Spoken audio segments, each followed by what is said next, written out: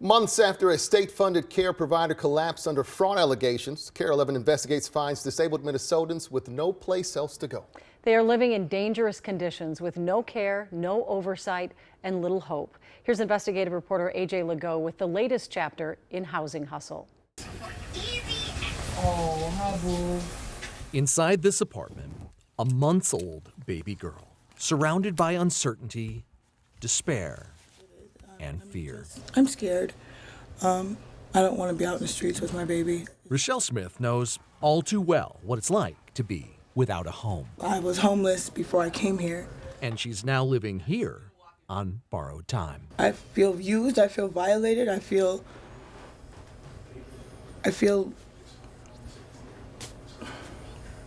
worthless. Rochelle and her daughter are among the left behind.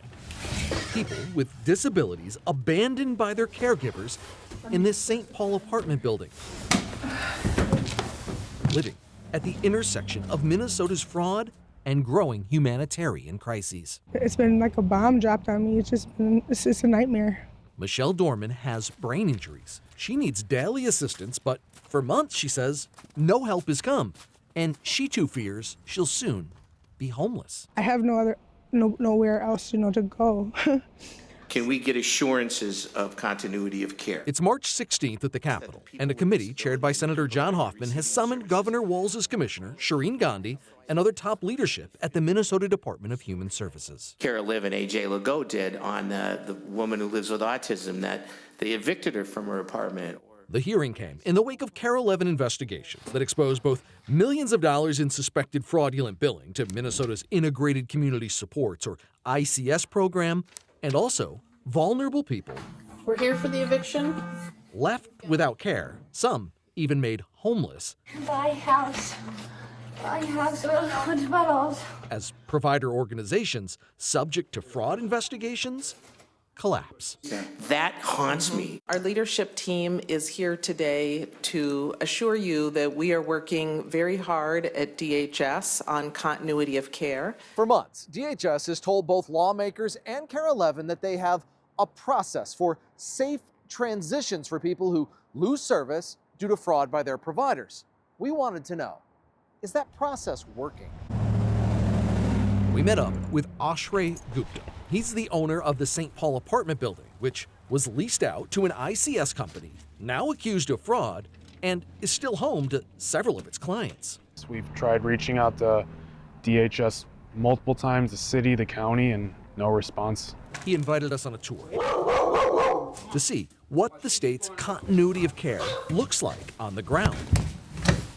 This is kind of what the aftermath is starting to look like. Somebody was living like this.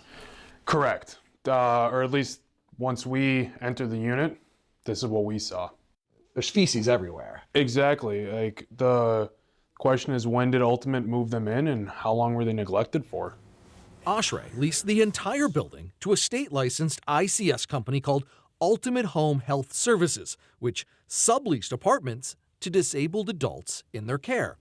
A prior KARE 11 investigation exposed Ultimate Home billing Medicaid for allegedly made-up, phantom services, and revealed how that neglect played a role in a man named Rick Clemmer's death. He's got rigor and lividity, so he's been deceased for a long amount of time. In response, federal agents raided Ultimate Home's headquarters, citing KARE 11's investigation and a massive scheme to defraud.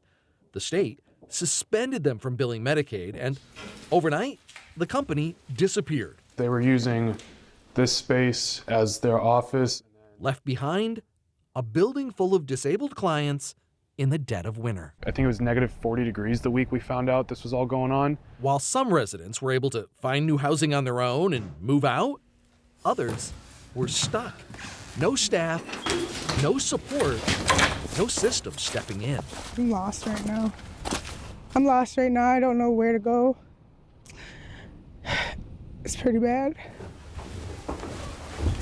Trying to do what's right, the building's owner paid to keep the utilities on and has not evicted the people living here, despite not being paid rent since November when Ultimate Home disappeared.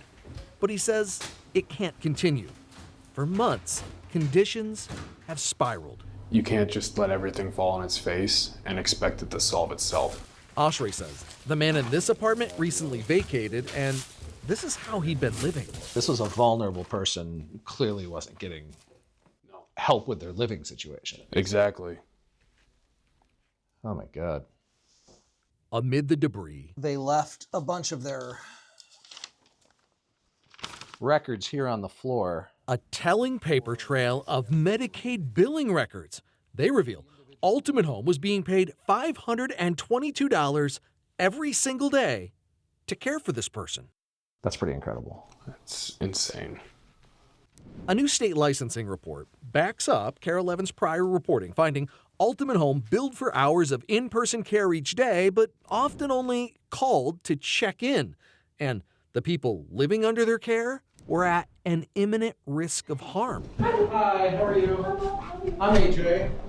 In the building hallway, we met Rochelle, the new mom, who said she's still at risk. She invited us in Yeah, everything I go through affects her. to meet the smallest victim of Minnesota's fraud fallout. A 7-month-old baby girl named Tajane. I'm being taken advantage of. I'm being violated, and there's nobody.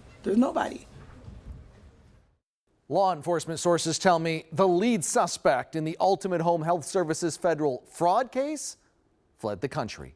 For KARE 11 Investigates, I'm AJ Legault.